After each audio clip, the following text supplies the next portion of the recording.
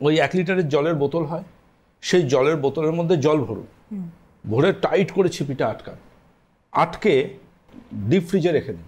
আচ্ছা, ওটা কমপ্লিটলি একটা আইসে কনভার্ট হয়ে গেল, টাইট আইস বোতলটা।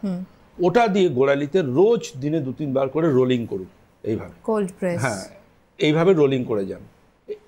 এটা ধরুন বাটল, এটা আপনার পায়ের গোড়ালি, এইভাবে রোলিং করুন 3 বার 4 বার করে কন্টিনিউ। ওটাকে আবার একটা ক্যারি ব্যাগে জড়িয়ে ফ্রিজে রেখে দিন, দিয়ে আবার করুন। এটা বারবার আগে করুন ফার্স্ট।